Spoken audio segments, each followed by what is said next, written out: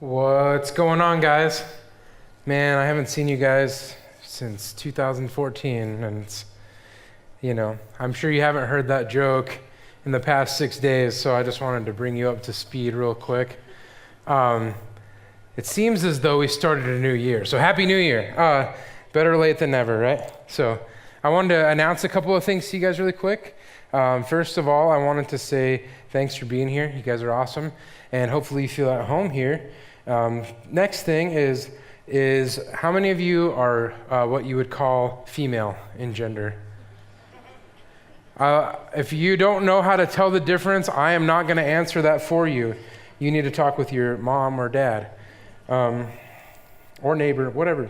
But so tomorrow there's this thing happening for women. It's called Women's Connection, and it's basically this time of like worship, teaching, and hanging out, like fellowship.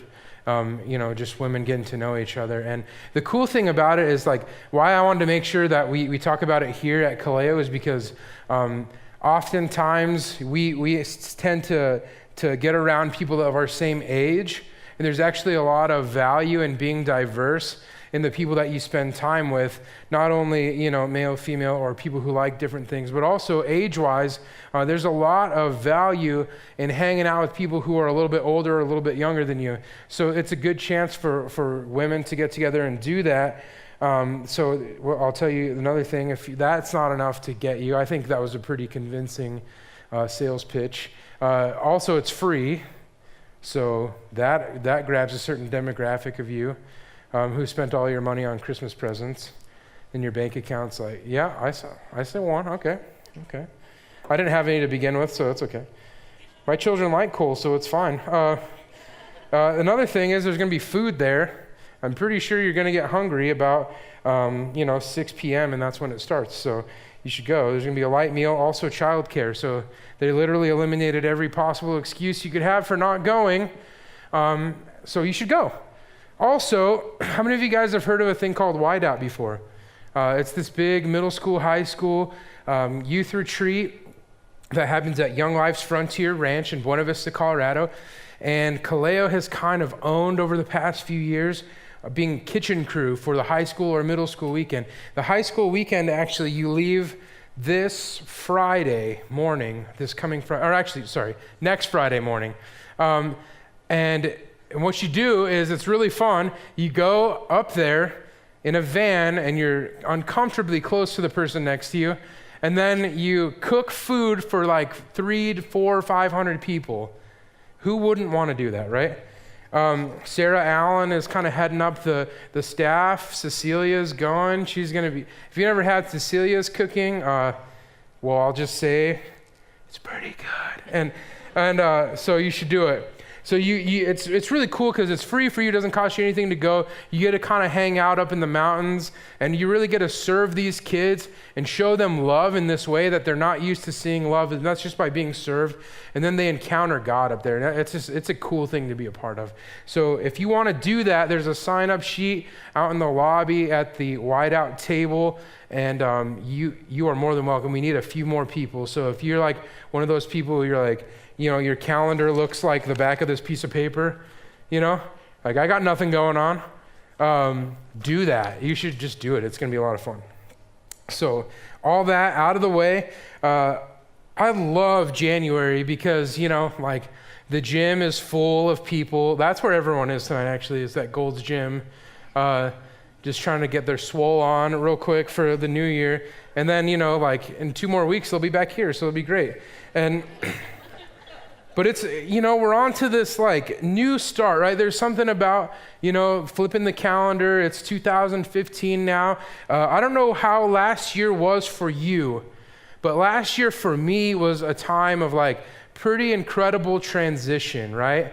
I think actually it's been just over 6 months since I've been here as the pastor of Kaleo, and I've loved every minute of that. Our family has loved getting to know you. We've loved just serving you guys, and just, the task at hand is that we get to teach you how to live more like Jesus, and it's like the coolest thing ever. But it's been, transition's rough. There's a bunch of stinky middle school kids that I miss hanging out with too, and like it was crazy and it was weird and it was awkward and, so here we are. And I don't know about you, but there were some really highs and lows for me of 2014. Some of us experienced tremendous loss. Like being on the campus last semester. How many of you guys are a part of CMU campus in some way, shape, or form? And you're getting these like alert text messages of just crazy stuff that's happening on the campus, like people losing their lives, taking their lives, and it's like, that, isn't that just like such a tragedy? And if you were a part of that and you saw that, you experienced loss in that way in 2014, I just want to encourage you really quickly that like the thing about God is that he never really promises that things are going to be all easy and that there's not going to be hard times, there's not going to be pain and hurt. But what he does ensure is at the end, those of you who endure to the end, like you're going to reap a reward. And God is with you every step of the way. So I just want to encourage you guys with that. And for some of you, 2014 is like one of the best years of your life, right? Some of you guys have experienced new things. You started a new job. Maybe you met some new friends. You figured out what you want to do with your life. Got a promotion in your existing job. I don't know what it might be. But the bottom line is that all of that has come and all of that is now gone, right? And so we're here and we're in this moment. And my goal tonight is two things I want to accomplish tonight. The first thing is I want to take a little bit of time to celebrate tonight where God has taken us over the past year. I want to celebrate, like even the hard times, because God is doing something in us. Does that make sense? Like, even if it's been rough and even if it's really stretched you, I want to celebrate what God has done in you. And I want to celebrate what God is doing in us as a group and what he's also doing through us. Then the next thing I want to do after we celebrate is I want to help us navigate the waters of where we're headed. Because in order for us to look forward, we have to look back and we have to see where we've been to kind of get a grip on where we are. And then after we get a grip on where we are, we can ask God and the prompting of the Holy Spirit to tell us where we need to go. Does that make sense? So that's what I hope to accomplish tonight. But before we do that, would you just pray with me? God, I just thank you so much for every person in this room. Lord, I thank you that no doubt many of us spent time with family and friends over the holidays, and we really kind of had a sobering readjustment of perspective. When we got around these people that we love, it's a lot easier to focus on what really matters. And the busyness of life tends to slow down a little bit in the holidays, and I hope that was true for all of us. Lord, but right now I just pray that you would help us to adequately celebrate and navigate the past and the future. Lord, I pray for any distractions because many of us, it was our first week back, and many of us are still trying to get back in the swing of things. And Lord, I just pray right now that you would help us to quiet our spirits and quiet our hearts and focus on you. And as we read your word and we see what you have to say, God, I pray that you would speak to your people tonight. We love you, and it's in your name we pray. Amen. So guys, we're going to be looking at Exodus chapter 13, and what I'm going to kind of set you up a little bit so that you, you understand the context that we're going to be talking from tonight for the first part of celebrating what God has done.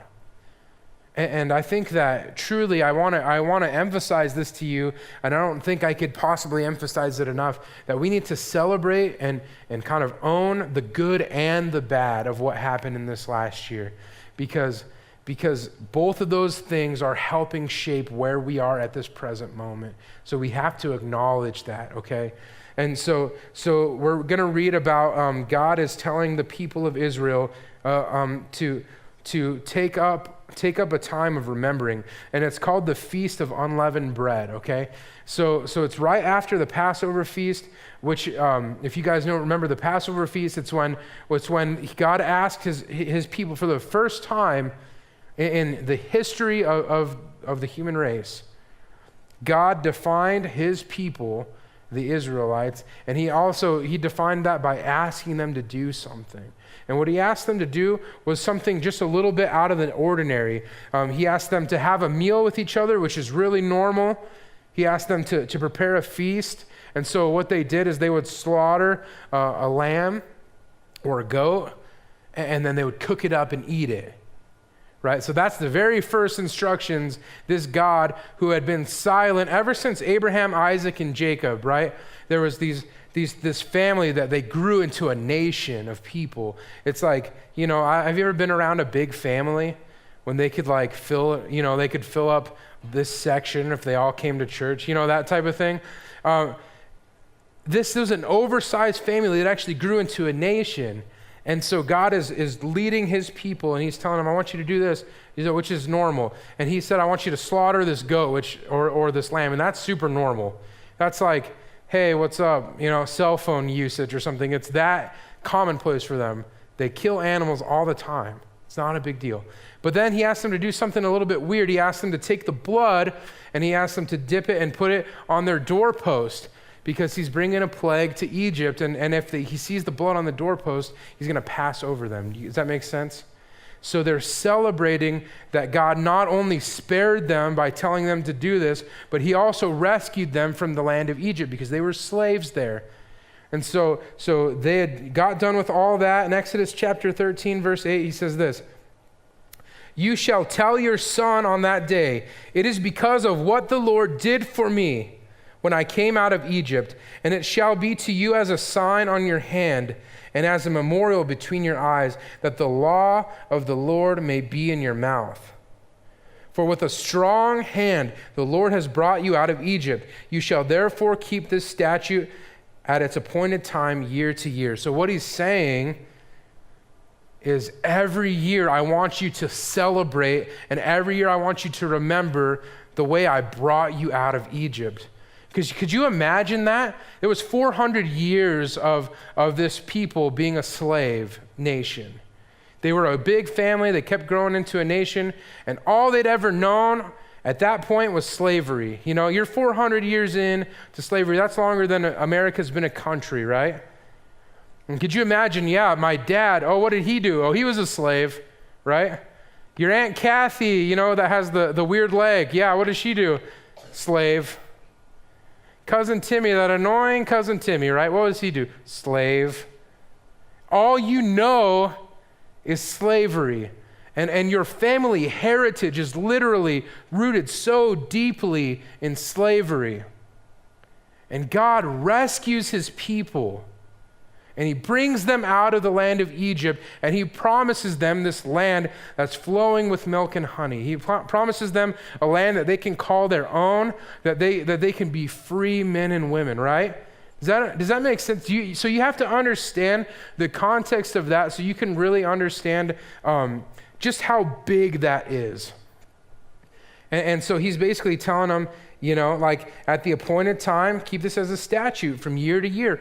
From year to year, remember when I rescued you. And so it changes the whole course of history for this nation. And their identity is now built on, we are the people of God. We are a people of the God of Abraham, Isaac, and Jacob. That's our heritage. That's our identity. Our identity is no longer as slaves, but as rescued people, rescued by the hand of God. And so you have to get that because he's saying essentially, never forget what God has brought you through. And I think that we could take that message and we could personalize that for ourselves too. Can you agree with that? How many of you guys, by a show of hands, sometimes I like to take random surveys, and tonight's no different. So 2015, same guy, haircut, that's about it, pretty much same dude. So how many of you guys has your life just been, like if we're doing a graph of life, how many of you guys just pretty much stay up here and nothing bad ever happens to you ever? No one. That's a 0%. I'm really good with numbers too, mental math. So seriously, life is full of these up and down moments. And yet God is telling us that we're to celebrate those. And I think that we could truly learn to celebrate the good and the bad. Because I think freedom wouldn't have tasted so sweet to these people if they had never known slavery, right? And the things like that redemptive quality of God would not have been magnified to that degree if they had never seen how bad it could be. And I think the same is true of you guys, that God's glory and the greatness and the power of God is magnified oftentimes in weakness. And that's why Paul says in 2 Corinthians, he's like, I boast in my weakness because his power is made perfect in my weakness. And so where you've struggled in the past, you can remember what God has brought you through. So tonight we're going to celebrate two things. The first is where God has taken you.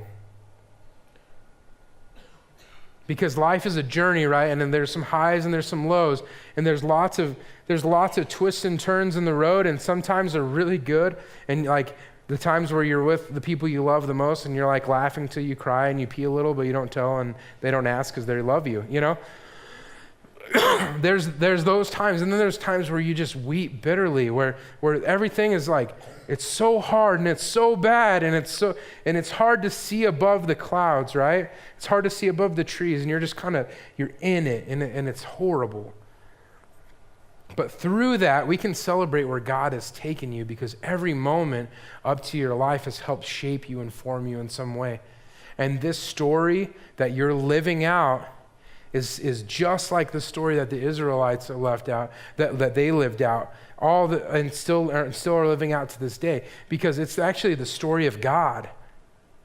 And the context that your life sits in is actually in relation to God's story. Does that make sense? Like, your whole life is in context to the story of God, that He is the Redeemer and you are the redeemed. So every moment of your life is shaping you to most likely notice how God has rescued you, and most likely notice that He's God and you're not, and His story is significant, and your story, you just need to join in to what He's doing. And the second thing, that especially if it's been a rough one for you, we celebrate that God's been with you. Because I know, like, at my weakest moment, I remember feeling that I wasn't alone. And the weakest moment I ever had was when I was 19 and my dad passed away, and I remember feeling like, okay, God, what's going on? I'm laying in bed, just what's going on? And I remember feeling like that God was present with me. And honestly, it didn't make me stop missing my dad. It didn't make the reality that he was gone from this earth and gone on to heaven any less real. It was still the current reality that I live in today. But there's something about knowing that we're not alone, so you can celebrate that God is with you, and that He's never going to leave you and He's never going to forsake you. So in this year, we have to kind of celebrate. And honestly, the church has gone through a lot of transition in the last year as a whole. And there's a couple of cool things that I wanted to tell you about that the church has done. One is there's this initiative that we've joined in with many other people, an organization called the Petros Network, that we started to plant a couple dozen churches in a place called South Sudan. And if you know anything about South Sudan, you know that what I hear on the news of South Sudan is like to the effect of like kind of like political warfare, coups, people rising. That's a fun word to say, you got to admit that. A good coup, you know? Who doesn't like a good coup? And like there's just warfare going on there, and there's heated battle, and the country's not very well developed, and they don't have a lot of sustainable energy sources or anything like that. But we decided to team up with this network that plants churches and uses the resources from this church to plant a couple dozen churches. And we heard at the end of this year a report that says that there's 103 churches from those initial couple dozen churches. I think it was like 22, 23 churches or something like that. And now there's 103 churches that have been planted in South Sudan. And what's cool about this is we did it different than like what I know of missionaries. What I've seen is that we train a missionary from America and they go to another country and, they do this. And I'm not saying there's anything wrong with that. But what's cool about this is they actually trained Sudanese people to be pastors who had an encounter with Jesus and who felt a call to be a pastor. And they trained these pastors and sent them into a village where there was no evangelical presence, and literally thousands upon thousands upon thousands of people have come to the saving knowledge of Christ in South Sudan because of partly the resources that this church has done and given. And I think is that not worth celebrating? Like that is just fantastic to me. Another thing that a lot of people might not know that exists around here is if you go out the doors and you see the chapel over there. You guys know where the chapel is? And just to the left of that and back a little further, there's this garden. And it's literally, I think what I heard is they raised through growing and selling produce, they raised like $17,000 for our benevolence fund. And what a benevolence fund is it's a fund that we use to help the poor who come and they just say, hey, we need, people just come and they fill out these forms that say we need help, and we're able to provide some assistance and some help to some people. So $17,000, and that's not to mention several thousand pounds of produce that has been given away to feed the hungry. And I think that is an awesome thing, just a really practical way that we can meet the needs of our community. And it's just really an exciting thing if you didn't know about that. When it gets to more like the gardening time of year, if you guys like that, you have the green thumb, you want to go work and do that. I did it. We took our kids out there, and that was a disaster, so we're not going to do that again. But, my kids are like, is this done? Like that type of thing. Just eating like watermelon seeds or something. I don't know. It was bad though, But if you like that type of thing, there's a way that you can get involved and do that and work, and it's going to work because there's a guy running it who knows what he's doing, That's what I liked about it, and that the food was going to go to somewhere awesome. So those are just a couple of things, and I mean, that's not even to say the transition, that happened here and all that God has done here at Kaleo, and the fact that, we're getting ready to record and release our third Kaleo album of all original music written by the Kaleo worship band. Isn't that awesome? These guys, they're putting words and music to the heart of Kaleo, right? And they're helping us engage in worship. I just think that's really cool. And there's plenty of other things that we could talk about, but we do have to celebrate. And then the second part of that, though, excuse me, is that we have to ask God, where are we going?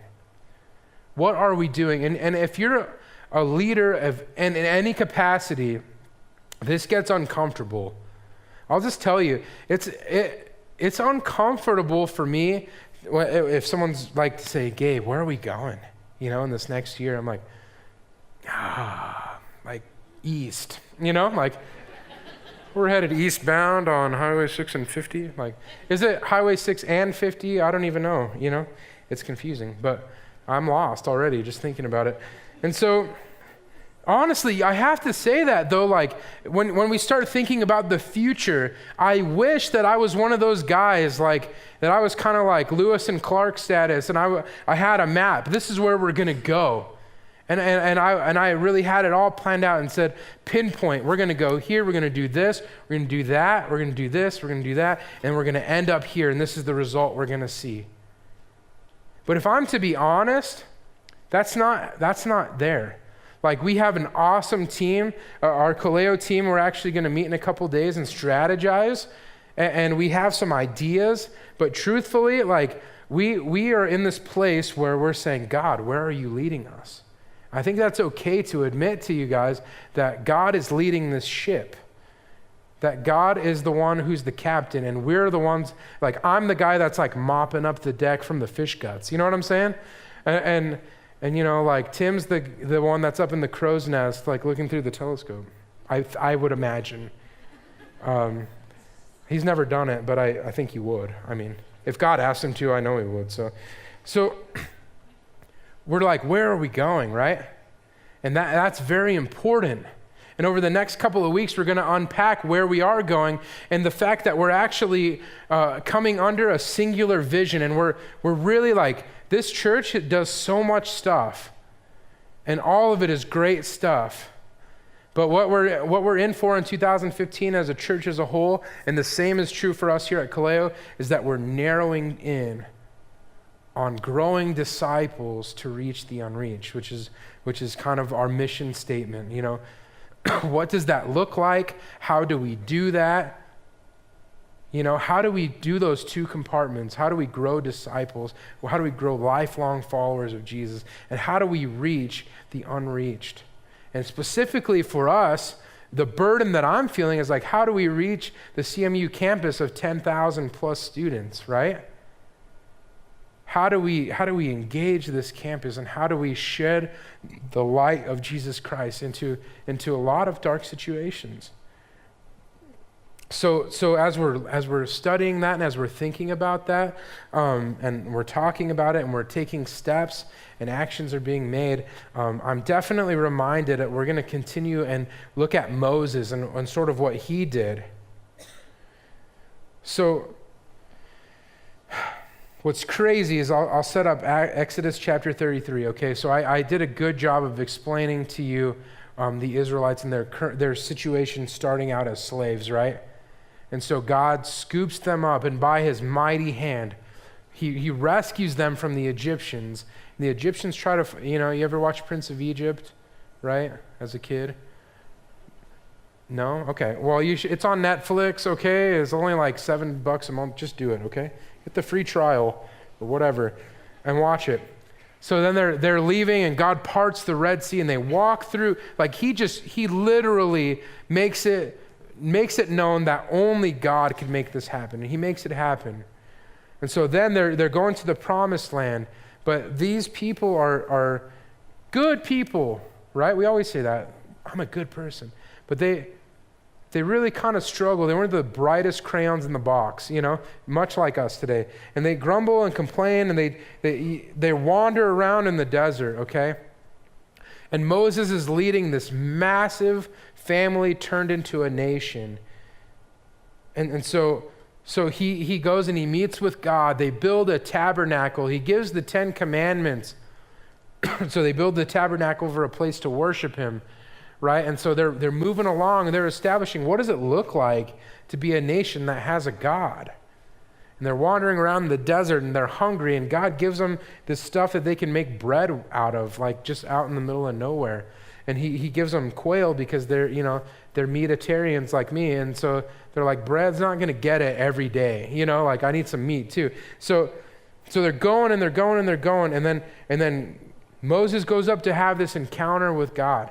And while he's gone, mind you, these are the people that just got out of slavery.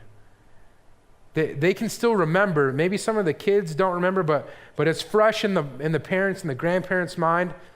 They walked on the dry ground of the Red Sea. And so Moses is gone, the leader's gone, It's like when Kirk takes a vacation, and then we just all start just going willy-nilly, right? And that's right, I said willy-nilly. It's a statement people say, okay? So he goes, and then they build this golden calf, and they make an idol. They make their own God. They fabricate their own God and start worshiping this God. Now, stay with me here, but these people were slaves, right? I could say that over and over and over and over again. Like, the miraculous happened for them to be rescued. And Moses takes a little break, and they decide, well, we need something to worship. And Moses is off doing his own thing, so let's just build a golden calf and let's worship that. Like, who had that idea, And Moses comes down, and he's infuriated. And God, the very first commandment that God, and this should have been like, no brainer, got it. The first commandment he gave is, I want to be your only God. and you should have no other God before me. Right? That was the first one. Who cares about all the other 9? They broke the first one, okay? And that should be so easy. That should have been a no-brainer. Like, yeah, I'm sticking with the guy who made a sea just part, right? And there's like fish walls, you know? Like, and we're walking, and octopi are, that's right, that's plural octopus. They're there, you know what I mean? Like, easy peasy, that's the guy who is my God. And yet here they are worshiping this golden calf. And Moses is infuriated because he's trying his best to lead these people. And then not only that, but God, he actually tells Moses, God does something so interesting in this time because he gives Moses an opt-out. He goes, okay, he basically tells Moses, because they're cool, they have a relationship, they talk. And he goes, Moses, if I go with you, I'm going to kill all those people. Right? Like, if you guys seriously believe that God is all like hippy-dippy, like you should read the Bible sometime. Because he literally says, you guys go ahead, go to the land I promised you, because I don't break promises. And he goes, in fact, you know what I'm going to do, Moses? I'm going to have an angel go, and he's going to destroy all the opposing people in that land so that you don't even have to fight a battle. You can just go and settle into that land. I'm not going to go, because if I go, I'm going to kill everyone because I'm so mad. So you guys go ahead, and I'm going to stay back. Go ahead and go into your promised land. It's been nice knowing you. That's where God is with these people, because he's like, guys, have I not proven that I am your God? That I claimed you guys and I set you guys apart, and you guys did nothing for me. And all I want you to do is trust me. And as we're leading our lives, first of all, if you make it real personal, and then as we're leading his church as like something that I'm called to do and burdened to do, is to help lead his church. How many times do we do that? We try to figure it out, and we try to use business lingo, and we try to like get real strategic and real creative and say, oh, okay, this is how we're gonna do. And he's going, guys, I'm the one who rescued you. But I love the response of Moses, and honestly, guys, I think the best thing that we can do as leaders, the best thing that you can do as men, the best thing you can do as the leader of your home, guys, the best thing that you can do as the leaders of your own lives, if you're college students, the leaders of your families, if you're parents, the best thing that you could do is respond to that in the way that Moses responds in Exodus chapter 33. It starts in verse 15, but before I get that verse up there, I just want to say, Moses gets God. They spent time together. Moses knows that God is the source that makes everything that he's been able to do in leading this people possible. He gets that. And he gets that when God says something that he's serious. And so God, again, he says, go ahead. I'm a little too angry. Have you ever been around someone like that? They're like, I just need a minute. And you're like, okay. Like me, I get mad and someone's like, sorry, I'm like, it's okay. I just get over that. My wife, on the other hand, she's like, you go ahead. If I go with you, I'm going to kill you. She has the same kind of, it's a godly characteristic, I guess. And you know what I'm saying, though? She just needs a minute. And I know she's serious when she says that. And honestly, she's the most loving and just beautiful woman in the whole wide world. But she gets fired up sometimes, okay? So Moses knows this about God. And this is the way he responds. Verse 15, Exodus chapter 33. And he said to him, this is Moses to God, if your presence will not go with me, do not bring us up from here. Like that alone, like seriously, I read those words and like I feel the presence of God in that statement. Because God says, Moses, obviously you guys don't want me anymore.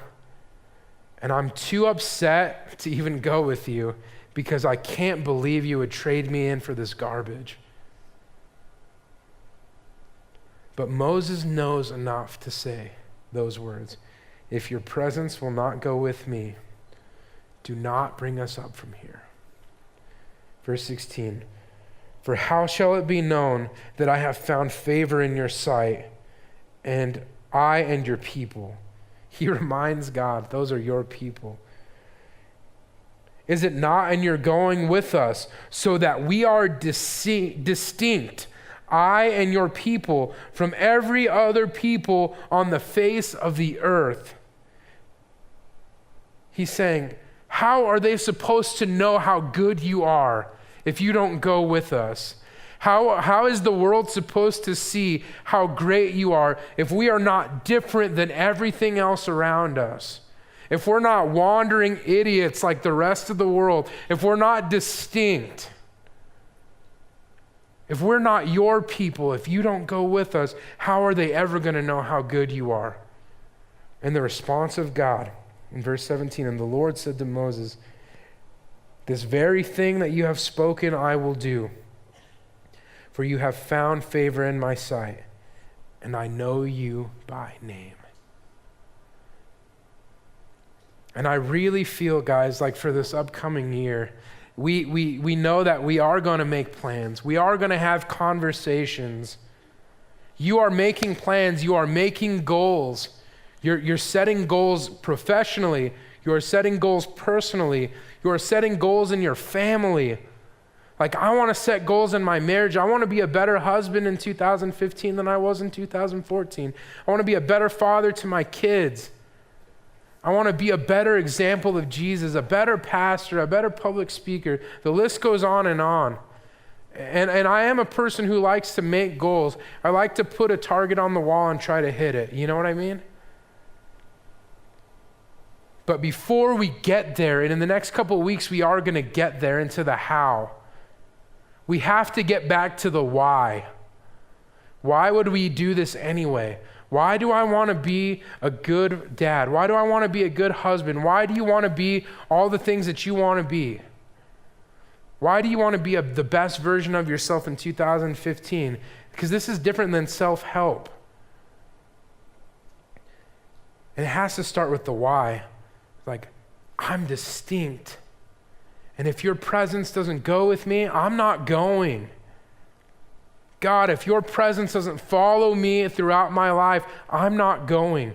I'm not going to do it. How many of you guys have ever tried to do it on your own? How did that work out for you?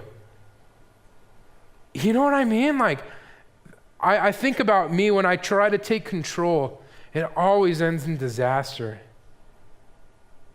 It always ends in just real disappointment. But I think we have to start there. Why? Because we remember that he's the God that rescued us. And I'm sticking with him because I remember what life was like without him. And maybe some of us in this room, you have not experienced that. My prayer is that you would allow the gospel to transform your life, that you would allow God in 2015 to do what only he can do. And that's transform your heart and turn it back towards him. That's my prayer for you. And if you have allowed that to happen, my prayer is that you never forget what God did for you. And that you would have the same prayer that Moses did and said, wherever you lead, God, I'll go. I'll go to the ends of the earth. But if your presence doesn't go, I'm not going anywhere.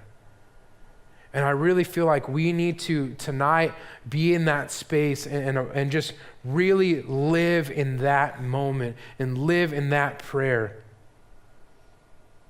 So we're going to allow God to navigate the course of our life in 2015, corporately and personally. So that means you as a person, are you going to allow God to be the driving force of your life? Are you going to allow him to steer? Are you going to allow him to take control? Personally, and I think that's a prayer for me personally.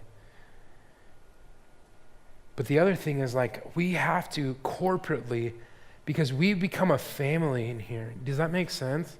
Like, we come and we hear the same teaching, we worship the same God together, arm in arm, and that makes us a distinct body. And so us corporately as a family, we have to commit to letting God lead this thing. And I have to commit to being able to wait until I hear what he has to say and then do it. And so I commit that to you guys today. That wherever God allows this team, this Kaleo team, wherever he asks us to go, that's where we're going to go. And if his presence won't go with us, then we're not going. And I ask that you would maybe consider making that personal commitment to God tonight, where you would just say, just like Moses said, God, if your presence doesn't go with me, I'm not going to go.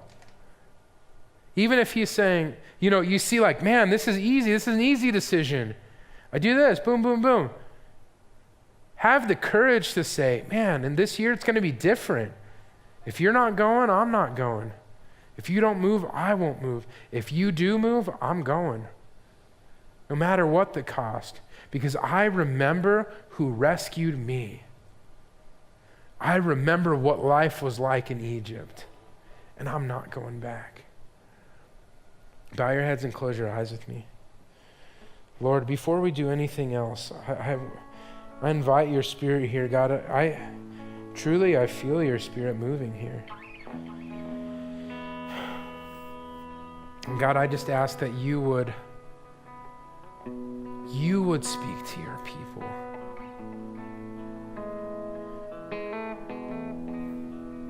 I pray that during this time of worship, that we would consider allowing you to lead us this year. Maybe that means in a deeper way, because we already have surrendered to you and we already have decided that we're going to follow you. But maybe there's areas in our life where we hold back.